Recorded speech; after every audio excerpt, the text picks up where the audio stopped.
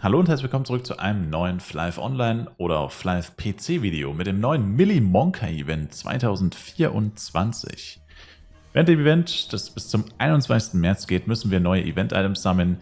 Leider insgesamt 6 Stück. Ich bin mir nicht sicher, warum man das immer so machen muss, dass das so viele verschiedene Event-Items sind. Also das finde ich persönlich sehr anstrengend, weil wenn du ein Monster tötest, da liegen dann 5 oder 6 Event-Items, ist das ziemlich nervig und vor allem durch die langsamen CS-Pads auch einfach zeitaufwendig.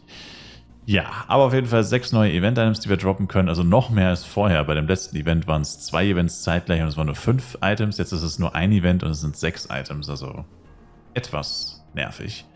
Auf jeden Fall können wir diese Items gegen verschiedene Sachen bei Millie Monka eintauschen. Sind alles Power-Ups oder halt eine Box, eine ganz normale Event-Box, eine Lucky-Box. Und hier sind die Power-Ups. Die interessieren mich persönlich jetzt ehrlich gesagt nicht so sehr. Und werde ich mir wahrscheinlich auch nicht holen. Ich habe mehr Interesse an der Box, hauptsächlich wegen dem Valentine Sweetie Kostüm. Und dass ich da noch mehr Möglichkeiten sammle. Das ist mein aktuelles CS, das ist ja einfach das Standard Demon Set. Und ich weiß gar nicht, also ich müsste halt alle meine Chars mal durchgucken. Also irgendwo habe ich vielleicht noch anderes CS, das ich damit kombinieren kann. Aber da ich ja die letzten Jahre, die ich aktiv auf Flive PC, Flive Online gespielt habe, auf Dryad gespielt habe, habe ich diese ganzen neuen CS-Sets, wie zum Beispiel das Valentine Sweetie Kostüm, nur auf Dryad gefarmt. Das heißt, diese habe ich sowieso alle nicht. Also alle relativ guten und aktuellen Sets, also ich weiß gar nicht, wie sie alle heißen, was da alles noch rausgekommen ist, die habe ich auf jeden Fall alle nicht. Und entsprechend müsste ich mir die jetzt halt verdienen. Und bei dem Event habe ich gehört, die Box soll zwar seriengebunden sein, aber das Kostüm selbst ist wohl ungebunden. Das heißt, da könnte ich mir dann vielleicht auf kurz oder lang ein bisschen besseres CS noch craften, dass ich dann aber auch auf andere Charakter noch weiter rüber tauschen kann, dass er nicht unbedingt an den Charakter, den ich jetzt gerade spiele, gebunden ist. Ansonsten sind es auch überwiegend eben Power-Ups, also man sieht hier die 9 Items müssten das sein, genau. Ja, also überwiegend eigentlich Power-Ups, ansonsten ist da eigentlich nichts wirklich Interessantes für mich zumindest drin. Und dann gibt es noch diese Ehrentitel, die finde ich persönlich jetzt auch nicht so super interessant, muss ich sagen, weil die Effekte sind ja auch auf 7 Tage begrenzt und ansonsten habe ich da jetzt eigentlich auch kein so, ja, keine Ahnung, riesiges Interesse dran, sag ich mal. Und ich meine, gut, okay, wenn du 100 von diesen Chocolate-Boxen eintauscht, dann kriegst du automatisch einen Titel, aber trotzdem. Und ansonsten gibt es dann noch dieses Wochenend-Doppeldrop-Event. Finde ich tatsächlich auch nicht so cool, weil genau in den Wochenenden spiele ich, wenn überhaupt, ein bisschen länger mit den Qualifiern, die laufen. Und das heißt, auch da wieder CS-Pad, 6 Event-Gegenstände mit erhöhter Droprate. Autsch. Das ist nicht sehr hilfreich. Also ich bin schon fast kurz davor zu sagen, an den Wochenenden hebe ich dann vielleicht gar keine Event-Items auf. Aber das wäre kompletter Schwachsinn, weil das ist meine einzige Einkommensquelle. Und ein bisschen Einkommen reinzukriegen und eben, wie gesagt, so CS-Sets zusammen, die mir noch fehlen und so weiter und so fort, ist dann vielleicht doch gar nicht mal so schlecht. Und ja, damit willkommen bei den Mammuts mit Level 100 von meinem Ranger. Ich habe jetzt schon ein bisschen gefarmt. Ich bin mir nicht sicher, warum die Droprate so extrem unterschiedlich ist. Also ich habe hier, seht ihr ja selber, das meiste sind 166 zu das niedrigste 68. Also ich habe jetzt schon, ich habe noch nicht mal von allen Items 100 gesammelt und der wird schon eine Differenz von 100. Also keine Ahnung, wie das überhaupt möglich ist. Also das fragt man sich, ob das wirklich die gleiche Drop-Chance ist, ehrlich gesagt. Aber naja, sei es drum. Jedenfalls Level 100 und bei den Mammuts angekommen. Ich muss sagen, die Mammuts sind okay. Ja, bevor ich jetzt wieder sage, sie sind schlechter, als ich erwartet habe, eigentlich nicht. Sie sind irgendwie komisch. Also ich stehe, glaube ich, ein kleines bisschen auf dem Schlauch, weil ich mir nicht hundertprozentig sicher bin, wo die wirklich respawnen. Weil vor allem jetzt habe ich gerade das Problem, dass ich einfach die Mammuts nicht wiederfinde. Also gefühlt in der Kuhle, die gute alte Mammutkuhle, da sind zu wenige nach meinem Geschmack. Also ich war heute Nachmittag schon mal kurz da. Und ja, keine Ahnung, da waren so viele Mammuts, dann habe ich sie alle gekillt. Und jetzt bin ich mir nicht so hundertprozentig sicher, wo die gerespawnt sind. Weil ich finde irgendwie nur vereinzelte. Also hier sind tatsächlich einige. Vielleicht muss man einfach mal so eine etwas größere Runde ziehen, drehen, whatever. Und naja gut, hier sind tatsächlich echt einige. Damn. Ja, tatsächlich, aber das können eigentlich gar nicht die aus der Kuhle sein. Das wäre ein bisschen weit weg. Aber ja, das gute alte Mob-Rotieren. Aber ist nicht so wichtig. Jedenfalls läuft auch wieder XP-Event, wie ihr seht. Und Codes gab es 2 Stück mit Power-Ups. Ich weiß gar nicht, ob ich das im letzten Video schon erwähnt habe.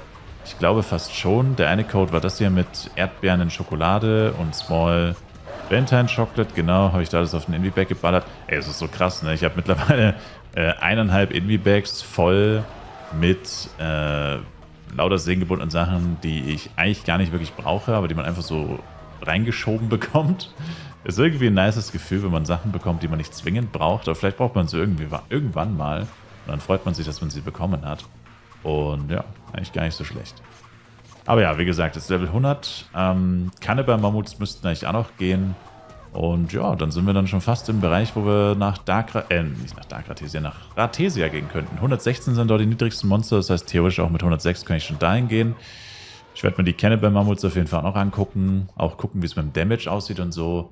Und ja, dann meine Entscheidung treffen, wo wir dann weiter granten werden. Aber langfristig ist es wahrscheinlich doch klüger, wenn wir auf jeden Fall Master machen. Weil ich merke einfach, dass mit der Crit-Rate, also man sieht es jetzt ganz gut, wenn ich critte, kein Ding, dann passt der Killspeed. Aber wenn ich nicht critte, boah, da war es gerade richtig pervers. 5-mal hintereinander nicht gecrittet. Ich mache halt 9000 Damage, ne? So, boah. Ich habe vergessen, wie madig Ranger in Flive PC ist tatsächlich. Ich meine, Flive Universe Not Gonna Lie ist ja genauso schlecht. Damage-technisch. Aber wenn man 100% Crit-Rate hat, irgendwann vergisst man das. Ja? Wenn man nur noch Crits sieht und so, dann kaschiert das so ein bisschen diesen Standard-Low-Damage, weil Dex halt einfach so ultra wenig ATK gibt und so ultra wenig Schaden macht. Und man sieht es dann erst wieder, wenn man nicht crittet, wie low der Damage von einem Ranger eigentlich ist. Und ja, das schmeckt mir momentan nicht so gut. Der Lucagas Crystal Bow gibt 8% Crit-Rate von Haus aus mehr. Als Master kriegt mir auch mehr Dex. Ich habe mittlerweile, by the way, alle meine Stat-Punkte verteilt, weil wir jetzt eh nicht mehr so viel Schaden machen. Ich bin nicht mehr ganz so overpowered, leider. Und deswegen ist auch das Ding, wenn ich dann wirklich Master mache, muss ich mich dann wahrscheinlich langfristig doch mal festlegen, wo ich denn dann, ja, vielleicht auch eine längere Zeit stehen bleibe mit dem Level vielleicht und tatsächlich farme. Weil dadurch, und ich meine, es wird jetzt halt einfach immer so sein, das permanente XP-Event ist, level ich halt legit trotzdem zu schnell. Also ich meine, wir sind auch weit entfernt vom Master, keine Frage. Aber naja, dann eigentlich auch wieder nicht. Ich meine, es sind nur noch 20 Level.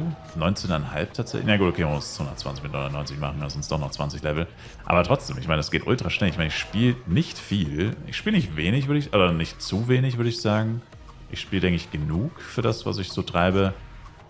Gut, zugegeben, während dem Lucky, nicht Lucky, wegen dem New Year Event mit den Mondwände-Geschenken, da hätte ich ein bisschen mehr farmen können. Zugegebenermaßen. Allerdings war es auch echt ärgerlich, weil ich mehrfach eine Stunde gefarmt habe oder eine halbe Stunde gefarmt habe, nachts, ja, so zum Tag ausklingen lassen, wo wirklich die Droprate so grottenschlecht war, dass ich mich ein bisschen verarscht gefühlt habe. Also ich habe es dann in einem einen oder anderen Video, glaube ich, sogar gezeigt und erwähnt auf jeden Fall auch, wo ich halt legit eine halbe Stunde farme und ich droppe 5 Glücksbeutel und dann tagsüber farmst du eine halbe Stunde und droppst 150. Ich meine, das ist halt lächerlich. Also ich meine, da kannst du doch wirklich nichts machen. Ich meine, ich farm halt dann, wenn ich Zeit und oder auch Lust habe und passe mich dann nicht nach den Flive-PC-Zeiten an, beziehungsweise hatte ich das echt nicht mehr so auf dem Schirm, dass es so extrem ist.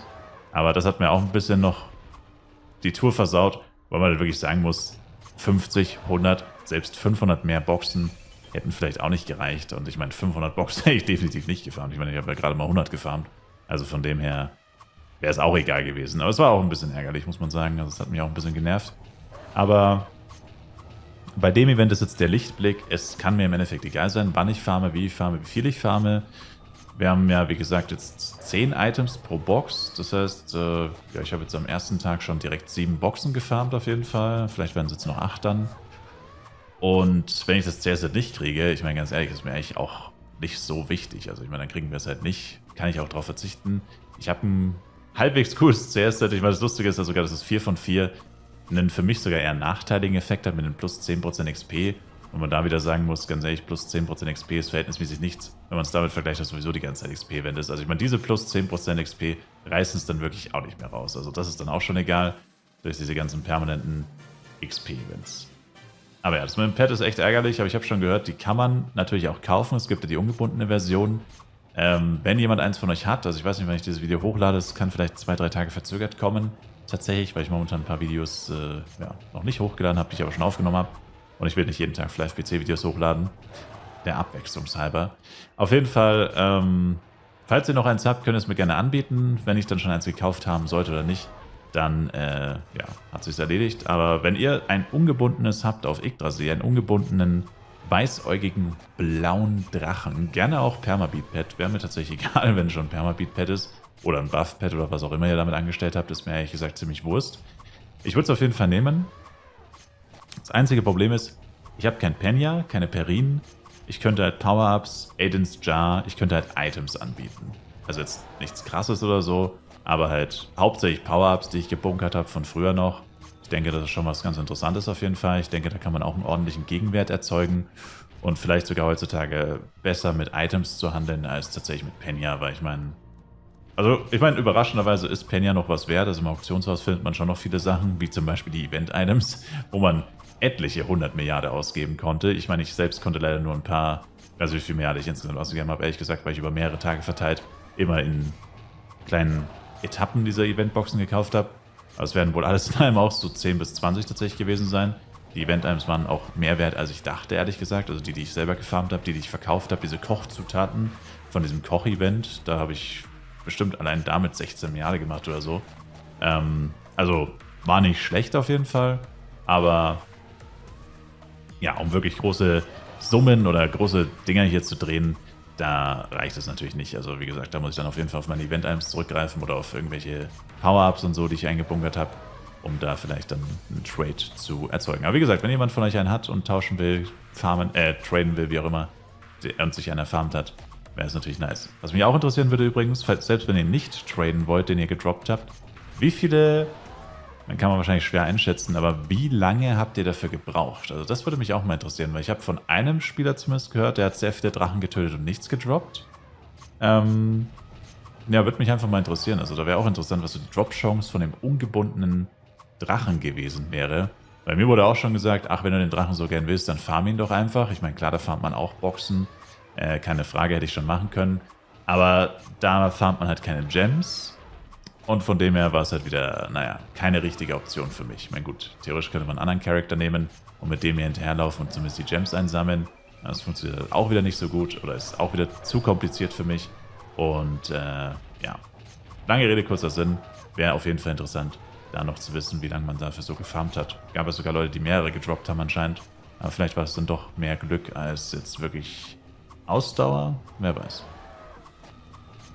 Ja, und ansonsten ist jetzt, glaube ich, noch flauschige Invasion oder so. Die werde ich natürlich auch ignorieren. Und ja, dann bewegen wir uns allmählich in Richtung Endgame von den normalen Leveln zu.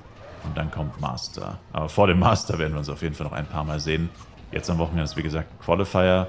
Kann sein, dass das Video hier sogar nach dem Qualifier online kommt. Höchstwahrscheinlich sogar. Oder ja, doch, ich glaube. Also höchstwahrscheinlich kommt dieses Video am Sonntag oder Montag. Mal schauen. Wie gesagt, bin mir jetzt nicht hundertprozentig sicher. Wir sehen es ja sowieso, wenn es hochgeladen ist. Und das war eigentlich alles, was ich auch schon wieder mitteilen wollte.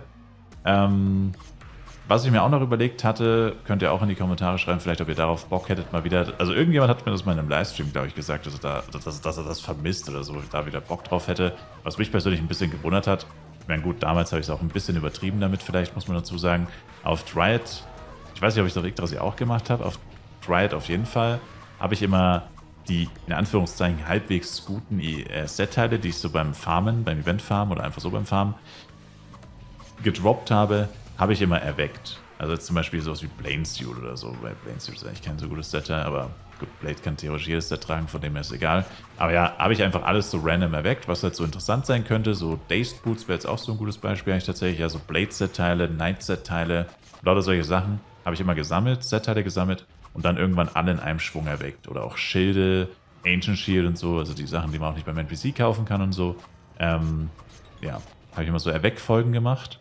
Und da dachte ich mir, na gut, okay, wenn ich jetzt hier vor allem noch im Low-Level unterwegs bin, wo man noch die ganzen Set-Teile droppt, aber ich weiß gar nicht, wie lange man die 105er Set-Teile droppt, ich glaube bis Mars Dungeon oder in Dark Artesia droppt man die, glaube ich, sogar auch noch. Oder das ist nur Artesia? Artesia oder Dark Artesia? Irgendwann hört es, glaube ich, auf mit den Set-Teilen. Aber auf jeden Fall, solange man die noch droppt, könnte man sie ja trotzdem sammeln. Also ich habe extra hier ein zweites CS-Bett noch draußen, dass wenn hier das Inventar voll ist, das dann er farmt. Ich meine, eigentlich will ich ja immer das Inventar voll haben. Ich habe es jetzt halt wegen dem Box-Opening tatsächlich leer gehabt. Und wenn ich ein interessantes Set-Teil sehe, schmeiße ich halt irgendwas weg und sammle das Set-Teil auf. Ansonsten ist mein Inventar nicht immer voll, damit ich keine Refresher und so aufhebe. Und kein Food und so weiter, weil Food habe ich, glaube ich, sowieso deaktiviert. Und ja, aber wäre vielleicht interessant, ab und zu mal zur Abwechslung so eine kleine Erweckfolge zwischen reinschmeißen. Ich meine, vielleicht droppt man ja, Vielleicht erweckt man ja irgendwas Krasses, was dann vielleicht sogar ein bisschen was wert sein könnte. Ich meine, Dazed Boots, rein theoretisch, 3x19 Crit Damage, wären ja trotzdem interessant wahrscheinlich für den einen oder anderen. Vollkommen egal, ob man jetzt, ja, keine Ahnung, sich ein bestimmtes Set machen wollen würde oder nicht. Ich meine, Blade Boots sind Blade Boots am Ende des Tages. Solange man jetzt kein Yggdrasil Slayer Set tragen will oder so, ist es ja an für sich egal. Oder für einen Farm-Char oder so wäre es ja vielleicht auch nicht schlecht, je nachdem. Oder ich behalte es dann einfach selber. Aber ich meine, dafür müsste man erstmal was Krasses erwecken. Und ich habe schon ewig nicht mehr erweckt. Das wäre auf jeden Fall auch interessant. Also ich kann mich auf jeden Fall dunkel daran erinnern, dass es echt ätzend war, frustrierend war. Und ja, genauso wird es wahrscheinlich wieder sein. Aber wie gesagt, vielleicht sammle ich ein bisschen. Und dann können wir es vielleicht auch mit einem Egg-Opening oder so verbinden. Mal schauen, aber da haben wir jetzt ja erst alle geöffnet und nur Schmutz gezogen. Aber ja, dann kann man das vielleicht irgendwie mal Box-Opening, Egg-Opening und vielleicht ein bisschen erwecken. So in einem Video irgendwie kombinieren. Wenn da wieder ein bisschen was sich, wie gesagt, angesammelt hat. Was mich aber auf jeden Fall ein bisschen irritiert, ist wirklich die Droprate. Jetzt sehe ich es nämlich wieder. Wir haben vorhin angefangen mit was 160, jetzt sind es 192 zu 82. Also aus irgendeinem Grund droppt dieser Kakao insane und die Minze sau schlecht. Also das hoffe ich mal, dass sich das noch ausgleicht. Ich meine, klar, ich habe jetzt noch echt wenig gefarmt, keine Frage. Aber ich meine, allein schon deswegen, weil ich so wenig gefarmt habe, ist es eigentlich so ungewöhnlich, weil wenn am Ende, wenn du 5000 Items hast und das eine hat 100 mehr als das andere, wen juckt's? Aber wenn du schon bei 100 eine Differenz von 100 hast, dann ist es irgendwie schon ein bisschen komisch. Das ist echt crazy. 192, 192 und die anderen 4 sind nicht mal bei 100. Das ist echt weird. Das könnt ihr vielleicht auch noch in die Kommentare schreiben, ob es das bei euch auch so angefangen hat und ob sich das dann ausgeglichen hat oder ob das irgendwie, ob da irgendwas falsch eingestellt ist. Aber gut, das würden sie ja vielleicht sogar noch korrigieren, wenn wirklich was irgendwie falsch läuft. Auf jeden Fall sehr interessant. Jo, und damit sage ich, danke euch vielmals fürs Zuschauen. Ich würde mich sehr über ein Like, Kommentar, noch ein Abo von euch freuen. Und ich hoffe, wir sehen uns im nächsten Flive PC, Flive Online Video wieder. Gerne auf Flive Universe und schaut auf jeden Fall im Livestream vorbei. Da können wir über alle Flive-Themen und auch sonstige Themen reden, über die ihr reden wollt. Bis dahin, macht's gut, würde mich freuen. Haut rein. Ciao, ciao. Du hast keine Zeit oder Lust zum Einkaufen, willst aber trotzdem leckere, abwechslungsreiche und gesunde Gerichte zu dir nehmen? Dann probier jetzt HelloFresh aus. Wir haben gerade eine riesige Rabattaktion laufen. Das Ganze funktioniert extrem simpel. Klickt einfach auf den Link in der Videobeschreibung hellofresh.de/hellospielestyler. Damit sichert ihr euch den Rabatt und den Gratis-Snack pro Box. Und zwar ist das günstigste Angebot bereits bei 2 Personen mit 2 Gerichten pro Woche für nur 17,99 € mit kostenlosem Versand. Vielen Dank an HelloFresh für das Sponsoren des Videos und ich würde mich extrem freuen, wenn ihr HelloFresh über meinen Link ausprobiert.